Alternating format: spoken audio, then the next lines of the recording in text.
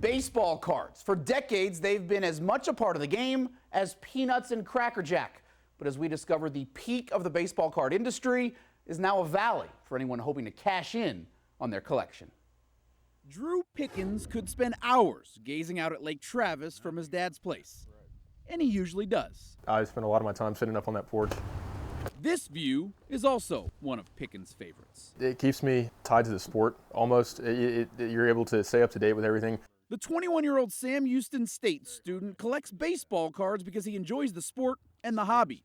But after the industry swung for the fences around the time Pickens was born, fun rather than financial gain is about all that's left for collectors. It's still a very fun hobby.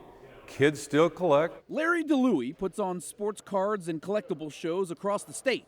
By his estimation, the internet now accounts for 90% of card buying, selling, and trading.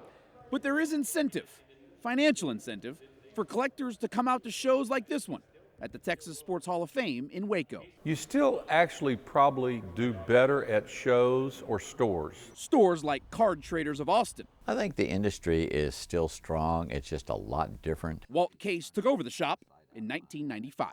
We get probably 5 to 10 phone calls or walk-ins every day with people interested in selling product. 99 times out of 100, it's going to be cards from the 80s and 90s. During the late 80s and early 90s, the baseball card industry was a Nolan Ryan fastball. Barry Bonds with the bases loaded.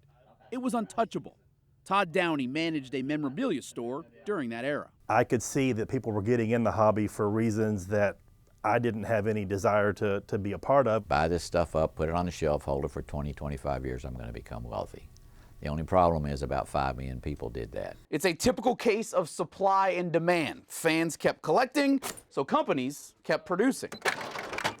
And that caused the value of just about every card from the 80s and 90s to flame out. They would probably be better off if they could figure out how to roll them up and make a nice fire log for the fireplace. Because the sellability of those cards, because of the absolutely saturated market, is virtually impossible. Even though most cards from that era aren't worth the paper on which they're printed, rather than pitching them out, experts suggest you pass them on. If you collected because you were a fan, if you've got kids that are going to be fans, what better way to kind of, bridge the gap? Pass them on to some other kids if they're not worth a lot, and then these kids get interested. Drew Pickens' father played a part in his love for the game and collecting. That was the way that we bonded. We went on a few trips. We went to Florida once for spring training. So Drew's dad gave him more to see than just a great view of Lake Travis.